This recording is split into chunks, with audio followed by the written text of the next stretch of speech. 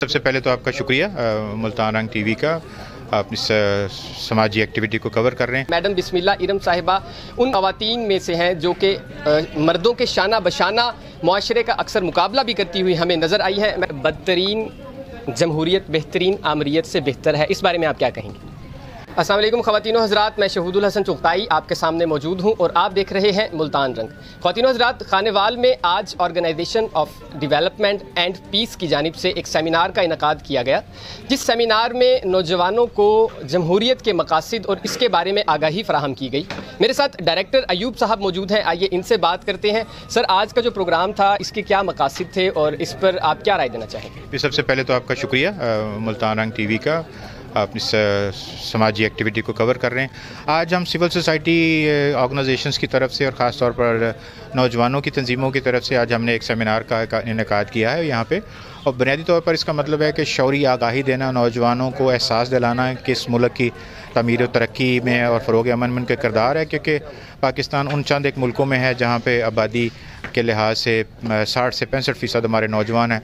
इसी तरह आने वाली जमहूरी हुकूमतों में भी उनका किरदार होगा, क्योंकि मुल्क में तकरीबन हमारे 45% वोटर जो हैं वो नौजवान हैं, जिनकी उम्र 18 से लेकर 35 साल तक है। तो आज हमने इनको शौरी आगाही के लिए, एहसास ज़िम्मेदारी के लिए, लीडरशिप की सलाहियतें नौजवानों में नुमायाँ हों और वो अपना मुल्क की तमीर व तरक्की के लिए, अमन के लिए अपना किरदार अदा करें, और ख़ास तौर पर जिस नज़रिए, जिस ख्वाब के तहत ये मुल्क बना कायद आज़म ने और उनके रुफ़क़ाकार ने तहरीक पाकिस्तान में, फिर बिलखुसूस इल्लामा इकबाल का जो ख्वाब था, तो उस रियासत की तरफ जिसमें अमन हो, भाईचारा हो, किसी के साथ जुल्म ना हो, मजहबी आज़ादी हो, सियासी आज़ादी हो, तालीमी आज़ादी हो, और इस मुल्क के शहरी जो है ना तमाम बुनियादी हकूक़ को एंजॉय करें और इस मुल्क में आज़ाद शहरी की तरह एक खुश खुर्म ज़िंदगी गुजार सकें। सर, बदतरीन जमहूरियत बेहतरीन आमरीत से बेहतर है, इस बारे में आप क्या कहेंगे?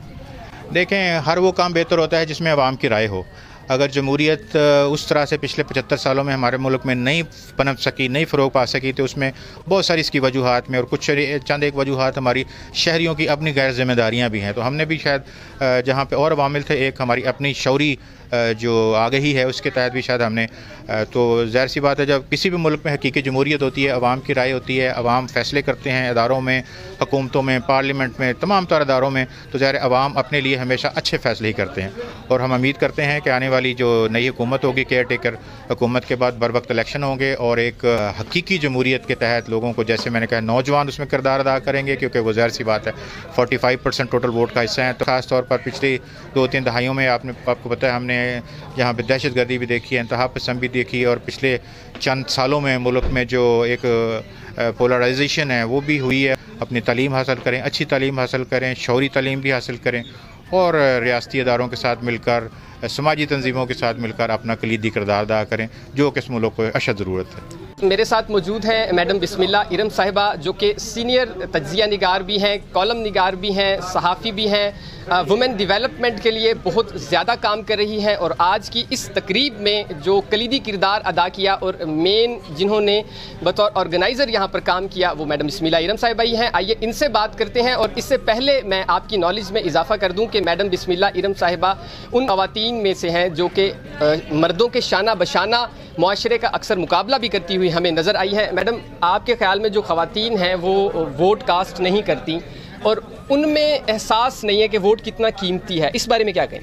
जी, थैंक यू। एक्चुअली ऐसे है कि पाकिस्तान में इलेक्शन कमीशन के अदाद-ओ-शुमार के मुताबिक ख़वातीन के वोट मर्दों की निस्बत कम रजिस्टर्ड हैं और तकरीबन 2.5 करोड़ का गैप है। अच्छा, उसकी वजह यह है कि ख़वातीन के शनाख्ती कार्ड नहीं बनवाए जाते, और देहातों में आमतौर पर यह तस्वर किया जाता है कि शादी के बाद खाविन के नाम के साथ शनाख्ती कार्ड बनाया जाएगा, और वोट रजिस्ट्रेशन का जो MOU है वो नादरा के साथ साइन है कि जितने ID कार्ड बनेंगे उनके ऑटोमेटिकली वोट रजिस्टर्ड हो जाएंगे। एक तो वजह यह है। दूसरा ये कि ख़वातीन के पोलिंग स्टेशंस पर टर्न आउट कम आता है। उसकी वजह ये होती है कि ख़वातीन का वोट अगर शादी से पहले जहाँ रजिस्टर्ड होता है तो शादी के बाद ID कार्ड तो बन जाता है, लेकिन वोट मुंतकिली नहीं करवाई जाती, जिस वजह से उन्हें अपने मेके आकर आकर वोट डालना पड़ता है, और मौजूदा महंगाई के दौर में बाल बच्चों के साथ आकर वोट डालना, इस हवाले से ख़वातीन इतनी वेल अवेयर नहीं है।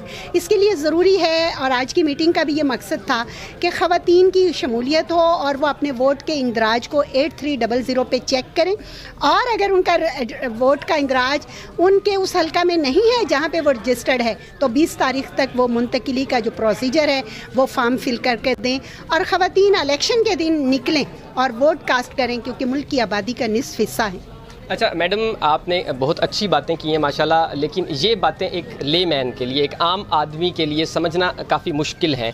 क्या इसमें डोर टू डोर कैंपेन की ज़रूरत है कि ख़वातीन को घर जाके ये सारी बातें आगाही पहुंचाई जाए? देखें, इस वक्त सोशल मीडिया बेहतरीन टूल है इंफॉर्मेशन पहुंचाने का। अब डोर टू डोर जाने वाला जो मेथड है वो पुराना हो गया है।